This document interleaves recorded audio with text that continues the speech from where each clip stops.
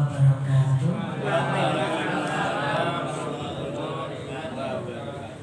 Innal hamdalillah nahmaduhu wa nasta'inuhu wa nastaghfiruh wa na'udzu billahi min shururi anfusina wa min sayyiati a'malina.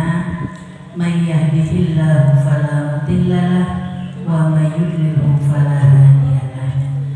Asyhadu an la ilaha illallah wahdahu la syarika lahu wa asyhadu anna Muhammadan abduhu wa rasuluh la nabiyya ba'dah. Alhamdulillah yang saya hormati bapak-bapak, ibu-ibu,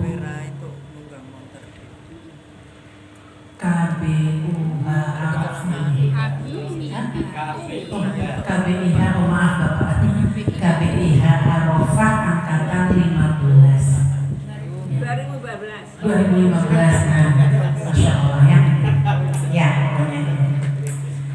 Mohon maaf saya agak tidak mengingat angkatannya, cuman mungkin saya perlu untuk pertama-tama mari sama-sama kita bersyukur kepada Allah Subhanahu wa Ta'ala karena pada kesempatan kali ini alhamdulillah saya masih kembali bisa dipertemukan dengan panjenengan semua. Mudah-mudahan pertemuan kita ini bisa membawa manfaat dan juga membawa keberkahan dalam hidup kita. Tidak lupa salawat dan salam semoga tetap tercurah kepada junjungan kita Nabi Muhammad SAW. Semoga kita termasuk ke dalam umat beliau yang akan mendapatkan syafaat beliau.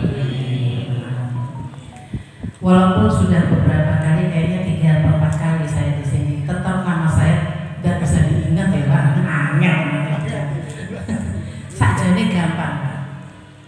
Karena berhubung ini saya berusaha supaya jenengan gampang ingatnya. Jenengan ini sudah pernah sampai ke Makkah dan Madinah.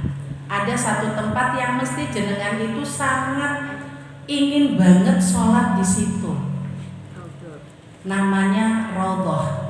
Ingat aja itu Pak, Raudhatul Jannah. Nah itu nama saya. Nah tuh kan gampang ingat, oh Raudhatul Jannah ternyatanya. Nggih, itu nama asli saya, pemberian orang tua.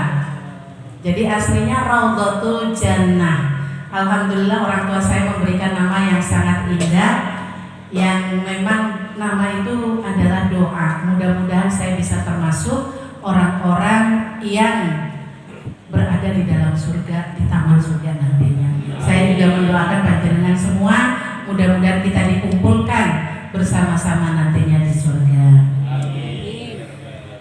Bapak Ibu yang dirahmati Allah, masih dalam suasana Syawal nggih. Saya sebagai yang muda walaupun tadi sudah ikrar Syawal, ning tetepan saya mohon pangapunten nggih. Kalaupun selama saya bertemu dengan panjenengan, entah itu tutur kata saya yang ternyata nggak cocok dengan jenengan atau kok kayaknya nggak sopan ngomong kayak gitu dengan orang tua, saya mohon dimaafkan yang sebesar-besarnya nggih. Ini hanya karena memang kurang ilmu, kurang pengetahuan tentang adat dan budaya di kota Yogyakarta ini. Jadi mohon saya dimaafkan nggih Bapak dan Ibu sekalian. Kehadiran saya di sini ini ketoknya kayak kalem gitu ya. Aslinya kecapean, tadi habis 1,5 jam bersuara di acara parenting. Jadi ini saya tadi kena angin di belakang Pak, sengaja ini angin melewati acara-acara malah ngantuk jadinya Pak. Ini artinya suaranya sebenarnya suara orang ngantuk ini. Jadi mohon dimaafkan ya. Ya, kita tidak perlu berpanjang kata, saya cuma ingin menyampaikan satu saja ayat Al-Quran. Mudah-mudahan ini nanti bisa menjadi pengingat kita semua dan kita mampu untuk bisa menjalankan perintah Allah ini karena kita tahu ini ada dalilnya gitu ya. Dalam Quran surat Al-Baqarah ayat 256 Allah Subhanahu wa Ta'ala berfirman, A'udzu billahi minasyaitonir rajim. La ikraha fid din. Qad tabayyana ar-rusydu minal ghayy. Faman yakfur yakfur bit-taghuti wa yu'min billahi faqad istamsaka bil 'urwatil wuthqa lam fisama laha wallahu sami'un alim. Dalam ayat ini Allah menegaskan kepada kita umat manusia, tidak ada paksaan dalam menganut agama Islam. Sungguh telah jelas jalan yang benar dari jalan yang sesat.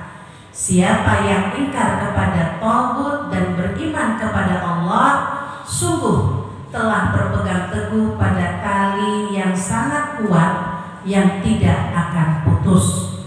Allah Maha mendengar, Maha mengetahui. Dari satu ayat ini 256. Dari satu ayat ini Bapak Ibu, kita bisa mengambil beberapa hikmah atau pembelajaran. Yang pertama, bahwa Islam itu adalah agama yang demokratis. La ikraha fiddin, tidak ada paksaan dalam memeluk agama Islam. Dalam mengajak orang untuk berislam itu saja tidak ada paksaan. Opo meneh dalam kita yang sudah jadi sesama muslim kok maksa-maksa kehendak. Kowe harus ikut caraku, pokoknya kowe kalau mau dianggap sebagai orang Islam kudu melu gayaku. Ya, ada di antara kita yang ketika itu agak berbeda saja itu sudah langsung membuat jurang yang sangat lebar. Kuiki udah saudara, ulang dia tuh caranya beda. Bahkan Allah sendiri menyampaikan, menegaskan Islam tuh gak ada paksaan. Kamu mau beriman, kamu gak beriman, ora apa-apa. Kowe arek sholat, ora sholat, ora apa-apa. Mau puasa, kamu gak puasa, tidak apa-apa. Ayat ini, penggalan kalimat ini, la ikraha fiddin, itu menandakan bahwa Allah begitu percaya kepada umat manusia, khususnya umat di zaman Rasulullah, setelah zaman Rasulullah. Kita dianggap dewasa.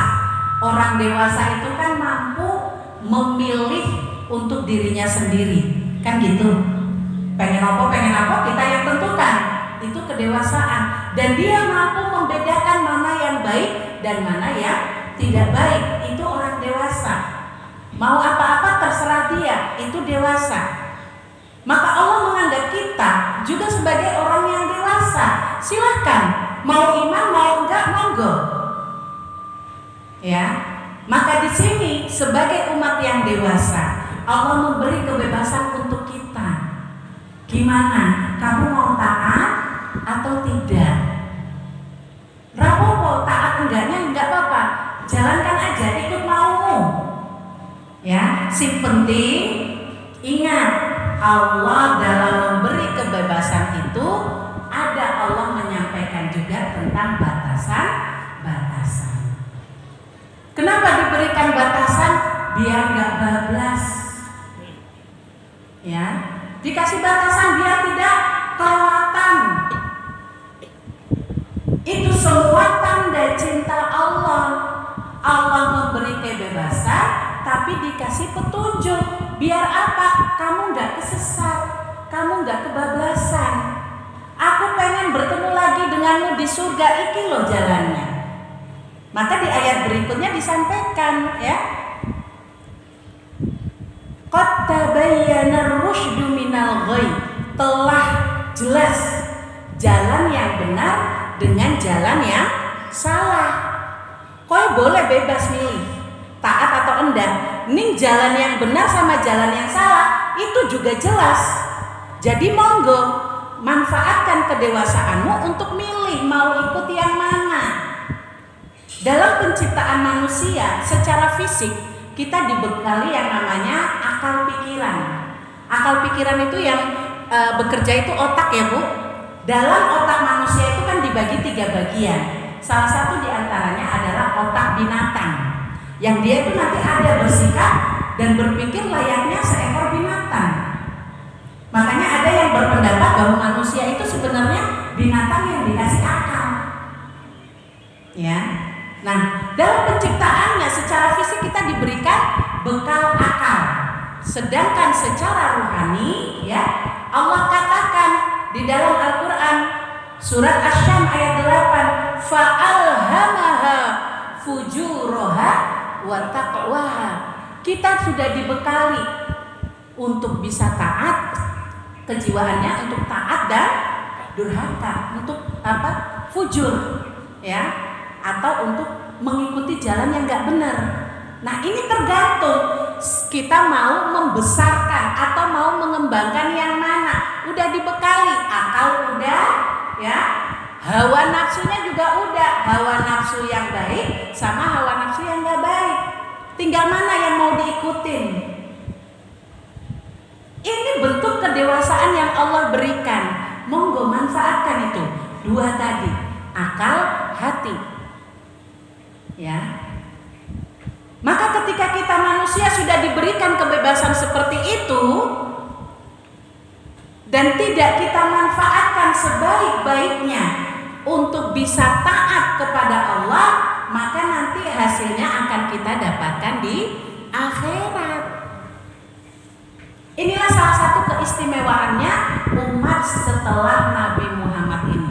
Setelah Nabi Muhammad diutus, Allah menghentikan yang namanya azab secara langsung.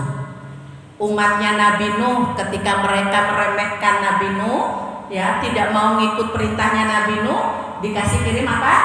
Banjir bandang. Ya kan? Langsung hilang. Umatnya Nabi Lut ketika mereka membangkang kepada perintah nabinya, Allah kirim apa? Hujan batu. Langsung itu. Asal nabinya angkat tangan minta, langsung dikasih sama Allah. Tapi tidak untuk Nabi Muhammad. Umat Muhammad itu dikasih keistimewaan. Di stop yang namanya azab secara langsung. Biarkan, nanti tanggung jawabnya di akhirat. Maka kita semua saat ini sebenarnya sedang apa? Sedang berjalan ke suatu tempat yang pasti, yaitu akhirat, dengan sambil mengumpulkan berkas atau mengumpulkan modal untuk bisa masuk surga. Dengan memanfaatkan apa? Tadi akal dan fikir, akal dan hati, keimanan kita. Kembangkan yang namanya takwa kita itu tadi. Nah, bulan Ramadan kemarin ketika kita melaksanakan puasa, ya, perintah puasa itu kan salah satu ujung tujuannya adalah apa? La'allakum tattaqun. Puasa itu menjadikan kita melatih diri kita untuk apa? Mendidik modal takwa tadi. Fujurnya dihilangkan, takwanya dikembangkan.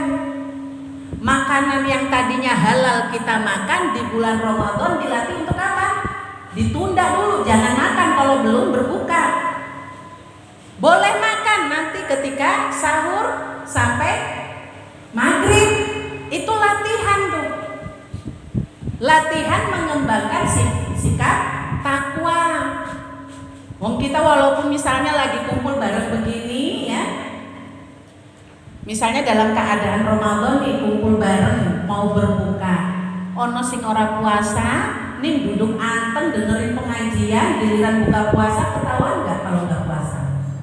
Nggak ada yang tahu. Sama aja puasa nggak puasa juga nggak kelihatan bedanya yang mana yang nggak puasa. Itu karena apa? Puasa itu ibadahnya khusus sama Allah, tanggung jawabnya.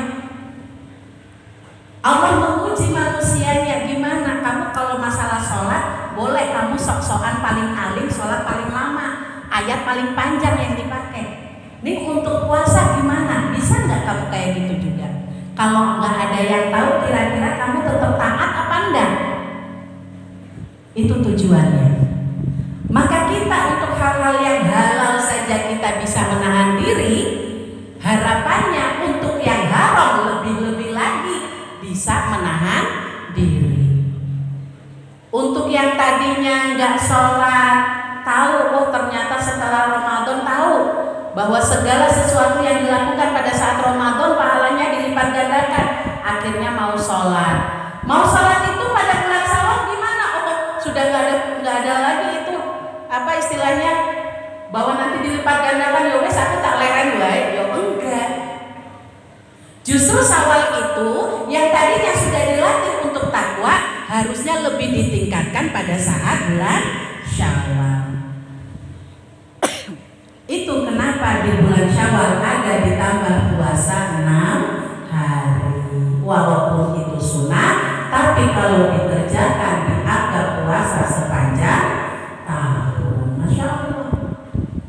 Betapa Allah menginginkan bertemu dengan kita di surga, maka diberikannya banyak sekali apa istilahnya rayuan-rayuan ya, kalau dalam tanda petik rayuan-rayuan supaya kita mau mengikuti perintahnya.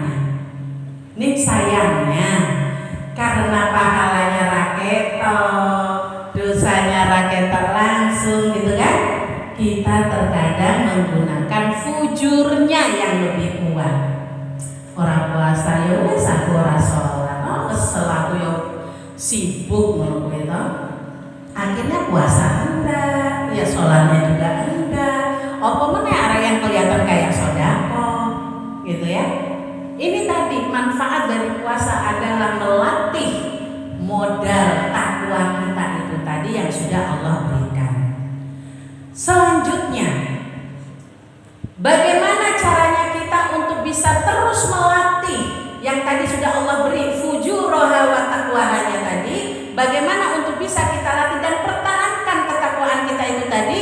Di ayat di kalimat berikutnya Allah katakan, "Faman yakfur bit-taghuti wa yu'min billahi faqad istamsaka bil urwatil wuthqa lam fisama laha." Siapa yang ingkar kepada tagut dan beriman kepada Allah, sungguh telah berpegang teguh pada tali yang sangat kuat yang tidak akan putus. Kita umat manusia ketika sudah dibekali fujuraha wa taqwaha, kemudian kita dengan wasilah puasa, wasilah bulan Ramadan, kita kembangkan modal takwa kita sehingga lebih dekat kepada Allah. Kemudian kita lanjut di bulan Syawal, kita tingkatkan lagi, minimal kalau nggak bisa ditingkatkan sama lah dengan yang kita lakukan di bulan Ramadan kemarin, minimal ya. Maka barang siapa yang berpegang teguh kepada tali agama Allah, dia tidak akan pernah tersesat. Maka inilah yang harus kita lakukan Bapak dan Ibu sekalian, berpegang kepada agama Allah. Saya mohon kalau bisa keimanan kita ini tidak hanya untuk diri kita, tapi lihat di sekeliling kita, bagaimana pasangan kita, bagaimana anak dan cucu kita, apakah mereka sudah sama seperti kita, apakah mereka juga sama melakukan ibadah-ibadah sebagaimana kita yang sudah lakukan. Karena apa Bapak Ibu, saya yakin kita semua pengennya nanti di surga kumpul sama keluarga. Bisa dibayangkan ketika Bapak Ibunya adalah orang-orang yang taat kepada perintah Allah, tapi anak-anaknya karena kecanggihan zaman teknologi akhirnya terseret dalam pergaulan yang tidak benar. Bagaimana nantinya kita di hadapan Allah? Terpisah dengan keluarga. Maka mari kita ajak anak cucu kita untuk berpegang teguh kepada agama Allah ini. Jangan punya tanggung jawab untuk menyelamatkan keluarga. Perintahnya jelas, ku anfusakum wa ahlikum naron. Solihnya itu jangan dipek bebek, gitu istilahnya. Jangan diambil sendiri. Kesolihan kita itu tularkan kepada anak cucu kita. Seperti itu. Apalagi ini sekarang zamannya Masya Allah nih, zaman yang udah kalau bisa dibilang kacau pergaulannya. Kalau tidak diawasi, tidak dibimbing, tidak dibina. Masya Allah, ini sudah mulai gelap ya Bapak Ibu. Sebentar lagi, ya sebentar lagi. Itu yang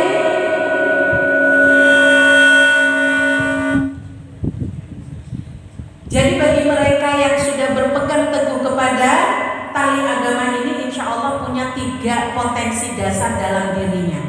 1, dia bakalan ridho bi qudratillah. Dia ridho, ikhlas dengan segala ketetapan Allah. Yang kedua, dia akan ridho bi hukmillah. Ridho, ikhlas dengan semua aturan Allah. Pokoknya apapun yang diperintah di dalam Al-Quran, apapun yang diperintah oleh Nabi, dia ikuti. Gak ada bilang, oh saya belum bisa, oh saya gak sanggup, oh gak ada kayak gitu. Enggak. Dia akan melaksanakan semua perintah Allah tanpa penolakan. Ya, dia akan mengikuti sikap Nabi, sifat Nabi, gaya hidup Nabi tanpa ada dicampur dengan yang lainnya. Itu orang yang sudah benar-benar memegang teguh tali agama Allah.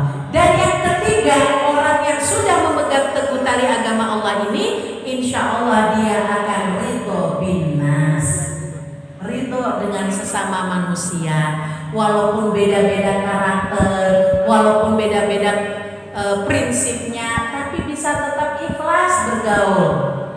Niatnya hanya apa? Hablum minan nas, berlaku baik dengan sesama manusia, karena dia yakin ketika bisa berbuat baik dengan manusia, maka Allah juga akan berbuat baik pada dirinya. Dan yang terakhir, Bapak dan Ibu sekalian, dalam surat tadi ya, bahwa Allah sampaikan di akhir ayat, Allah tegaskan wallahu sami'un alim. Allah maha mendengar lagi maha mengetahui. Bahwa semua perbuatan kita, baik yang terlahir ataupun tidak terlahir, Allah pasti tahu. Yang namanya iman itu di dalam hati, gak ada yang tahu. Tapi Allah bilang saya tahu. Wallahu sami'un alim. Gak ada yang bisa kita sembunyikan. Bahwa iman yang benar itu adalah yang ada di dalam hati, terucap oleh lisan, dan dilakukan oleh perbuatan. Semuanya sama. Yang di mulut, yang dilakukan itu sama dengan yang di hati. Salah satu nggak sama berarti belum iman yang benar. Maka mari Bapak dan Ibu sekalian, dengan memanfaatkan momentum Syawal ini, kita kembangkan potensi yang sudah Allah berikan pada kita, yaitu potensi ketakwaan, berlatih dari Ramadan ke kemarin. Mudah-mudahan kita dimudahkan oleh Allah untuk tetap berada di jalannya, untuk tetap melaksanakan perintah-perintahnya. Kita dipanjangkan usia untuk selalu bisa beramal shalih. Mudah-mudahan Allah memberkahi usia kita semua. Itu saja yang bisa saya sampaikan pada kesempatan kali ini. Mohon maaf apabila ada kesalahannya. Aku lupa lihat dan astagfirullah nanti mau astagfirullah. Billahi taufiq wal hidayah. Assalamualaikum warahmatullahi wabarakatuh.